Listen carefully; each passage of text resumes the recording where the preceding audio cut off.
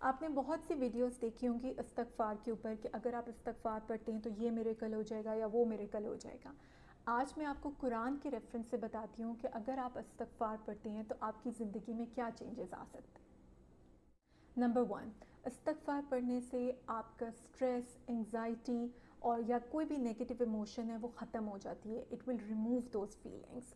جیسے ایک آگ فائر ایکسٹنگوشر سے بجھتی ہے، اسی طرح سمجھیں کہ استغفار ایک فائر ایکسٹنگوشر ہے جو آپ کی انگزائٹی، اسٹریس، نیگیٹو ایموشنس کو ختم کر دے گا. نمبر 2، استغفار کین انکریز یور ویلتھ. اور اگر آپ اسٹرگل کریں ٹو ہیو اے چائلڈ تو انشاءاللہ استغفار کی کثرت سے you will get a good news. اور استغفار کین انکریز یور اسٹرینتھ.